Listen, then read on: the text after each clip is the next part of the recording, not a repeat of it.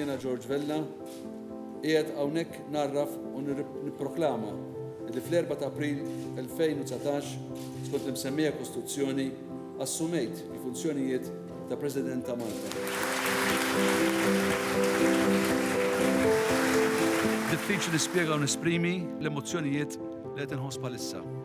Nistaqni l-akbar sentiment huwa dak ta' umiltà profonda quddiem l-inkarigu hekk għoli li joġobkom tażluni għalih.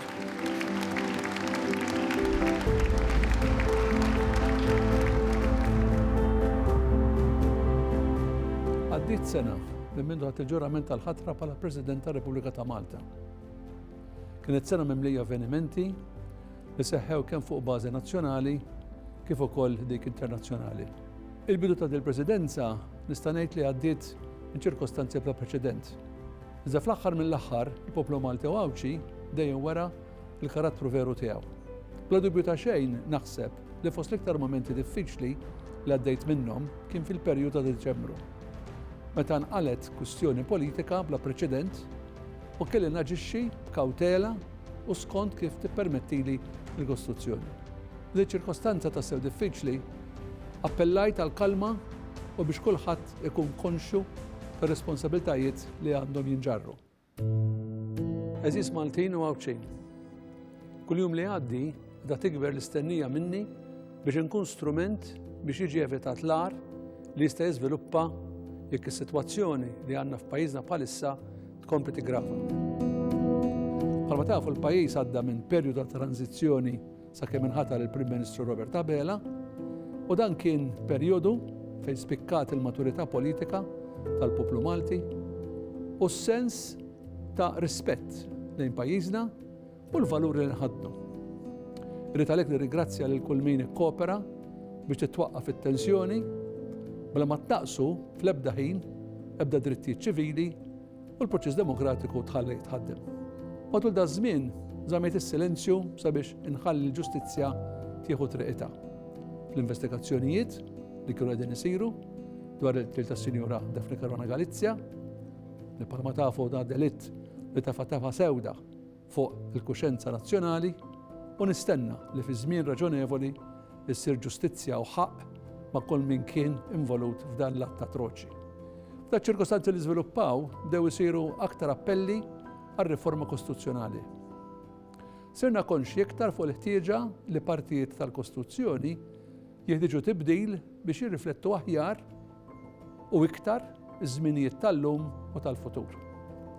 Infatti kien hemm parteċipazzjoni sodisfaċenti minn mijiet ta' nies li ħadu sehem fil-proċess ta' konsultazzjoni pubblika li varajt u li ntemm madwar nofs frar li matul dak iż-żmien irċivejna bosta proposti li qed jiġu analizzati.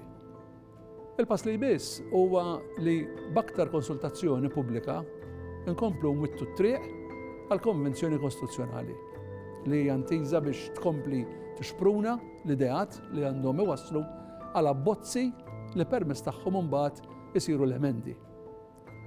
L-emendi li jinħass li jkunu meħtieġa fil-Kostituzzjoni biex imbagħad dawk jgħaddu mill-Parlament tagħna. Bla dubju ta' xejn, l-iktar avveniment li ħalla impatt fuqna kien dak tal-aħħar xhur meta d-dinja ntlaqtet mill-coronavirus. Pandemija li affettwat u għadha qed taffettwa ħażin lil bosta pajjiżi. Titmiċċina u issa pajjiżi ġirien u qrib tagħna bħall-Italja, Spanja u Franza, il-Ġermanja u r-Renju Unit. F'pajjiżna l-imxiela dal-virus qiegħda tinżamm taħt il-lenti kontinwament. Il-miżuri qegħdin jittieħdu huma f'waqthom biex il-virus ma jinferix daqqa mal-pajjiż kollu u hawnhekk rridu nimpenjaw ruħna issa biex nillimitaw ir-reperkussjonijiet fuq l-ekonomija Maltija u fuq il-ħajja soċjali tagħna. Jiena nemmen li bħalma mexxejna u bħalma nexxielna nelbu sfidi oħrajn u aktar diffiċli fil-passat, il-poplu Malti se jirnexxielu jirkupra u jkompli bir-ritmu ekonomiku li kien qabad qabel seħħet din il-mxija. Personalment, inħoss li dan il-Presidenza ġabit li mhux biss sfidi, iżda wkoll sodisfazzjoni diversi laqat li kelli matul din is-sena. Ewlien fosthom l-udjenza mal-Papa Franġisku li kien mistenni jżur Malta wara stedina li għamiltlu meta żortu f'Settembru u li bħalissa din iż-żjara tinstab posposta għal dat oħra meta s-sitwazzjoni dinjija terġa' tiġi lura għan-normal. Kelli wkoll laqgħat pożittiva ħafna mal-President Taljan Sergio Mattarella, Reġina Elisabetta, il-Prinċep Charles, Prim Ministru Ingliż Boris Johnson, il-Gran Mastru tal-Ordni tal-Kavalieri ta' San Ġwan, l-Imperatur Ġappuniż, President Awstrijak u numru ta' presidenti oħra ta' pajjiżi Ewropej kif ukoll ma' bosta dinjitarji oħra li ltqajt magħhom għal Malta. Ta' sodisfazzjon ukoll kienu l-istediniet li kelli biex nindirizza laqgħat f'universitajiet ewlenin, fosthom f'Tokyo, fi Krakovja, l-Polonja, f'Ruma u f'Londra. Lokalment ħadd pjaċir niltaqa' ma' bosta rappreżentanti mill-korpi kostitwiti Maltin.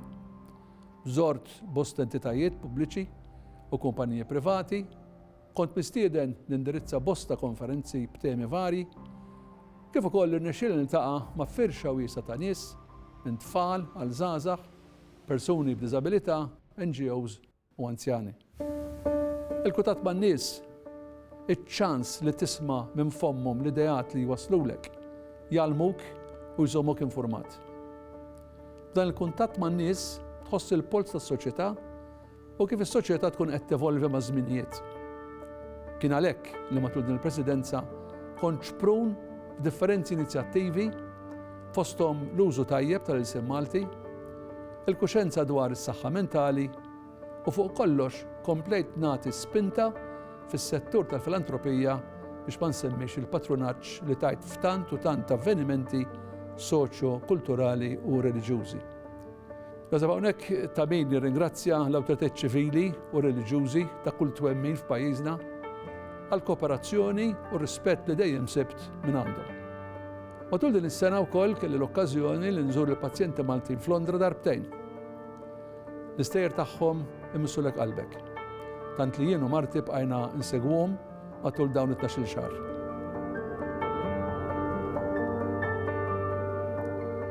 Minkejja sitwazzjoni politika mwera li kienet teżisti dak iż-żmien tal-istrina tas-sena l-oħra, spikka l-altruiżmu tal-poplu Malti Wawċi. L-avvenimenti li saru matul dawn ix-xhur fosthom l-August Moon Ball, l-Orkestra, il-Fun Run, Festa taċ-Ċitru, il-President's Ball, l-Ktib tisir mill-qalb, kampanja fl-iskejl tal-Piggy Bank u bosta inizjattivi oħra kellhom konkurrenza tajba mill-pubbliku. Ta' dan grat ħafna għaliex f'dan il-qasam waħedna ma nistgħu nagħmlu xejn. Naslu biss bil-ġenerożità, l-għajnuna, il-ħidma u solidarjetà tagħkom.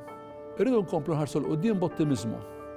Jiena nixtieq li matul it-tieni sena tal-Presidenza tiegħi l-ewwel qabel kollox neħilsu mill-pandemija tal-coronavirus fl-iqsar żmien possibbli. Filwaqt li jitwittew l-effetti li se tħalli fuq l-ekonomija u l-ħajja soċjali ta' pajjiżna.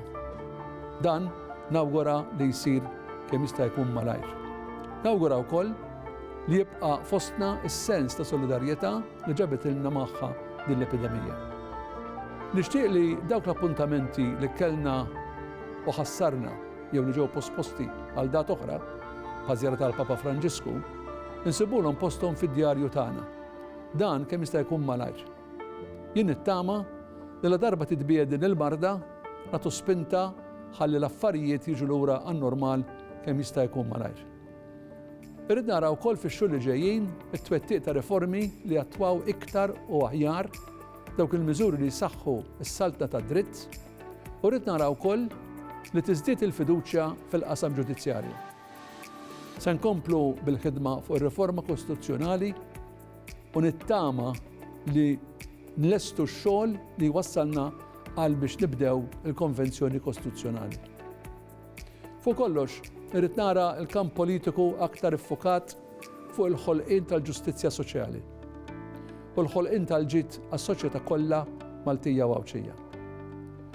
Matul is-sena li ġejja, irrid li jkolli wkoll iktar kuntatt ma' qdiet tal-volontarjat biex b'ħidma flimkien insaħħu l-għaqda f'pajjiżna. Fismi u f'isem Marti nirringrazzja lill-istaff kollu tal-Uffiċċju tal-President għall-għenuna kbira li jagħtuna fil-qadi ta' dmirijietna. Nirringrazzja l-poplu Malti u Għawċi għall-imħabba u rispett li dejjem urejtuna. Fl-aħħar nett, irrid ngħidilkom li f'dawn iż-żminijiet diffiċli aħna li naqdu magħkom għaliex bħalkom qed noqogħdu d-dar u qed insegwu l-ordnijiet li qed jagħtuna l-awtoritajiet tas-saħħa għall-ġittana u ta' pajjiżna. Grazzi u saħħa. Viva Malta Repubblika!